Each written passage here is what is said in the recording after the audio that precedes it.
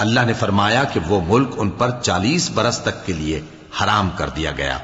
کہ وہاں جانے نہ پائیں گے، یہ اسی علاقے میں جہاں اب ہیں سرگرداں پھرتے رہیں گے، تو ان نافرمان لوگوں کے حال پر افسوس نہ کرو۔ اور اے نبی، ان کو آدم کے 2 بیٹوں حابیل اور قابیل کے حالات جو بالکل سچے ہیں پڑھ کر سنا دو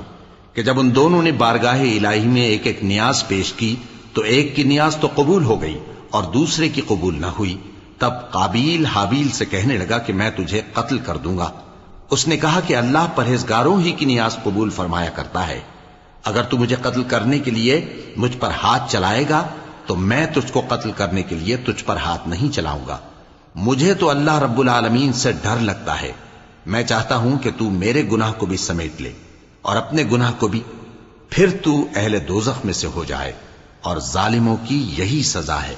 آخر اس کے یعنی قابیل کے نفس نے اس کو اپنے بھائی کے قتل ہی کی ترغیب دی تو اس نے اسے قتل کر دیا، پھر خسارہ پانے والوں میں ہو گیا۔ اب اللہ نے ایک کوا بھیجا جو زمین کریدنے لگا تاکہ اسے دکھائے کہ اپنے بھائی کی لاش کو کیسے چھپائے۔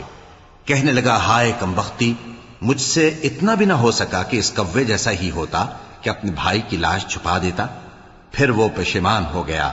اس قتل کی وجہ سے ہم نے بنی اسرائیل کے ذمے یہ بات لکھ دی کہ جو شخص کسی کو ناحق قتل کرے گا، یعنی بغیر اس کے کہ جان کا بدلہ لیا جائے یا ملک میں خرابی کرنے کی سزا دی جائے، تو اس نے گویا تمام انسانوں کو قتل کیا، اور جو ایک انسان کی جان بچا لے تو گویا اس نے سارے انسانوں کو زندگی دے دی۔ اور ان لوگوں کے پاس ہمارے پیغمبر روشن دلیلیں لا چکے، پھر اس کے بعد بھی ان میں بہت سے لوگ ملک میں زیادتیاں کرنے والے ہیں۔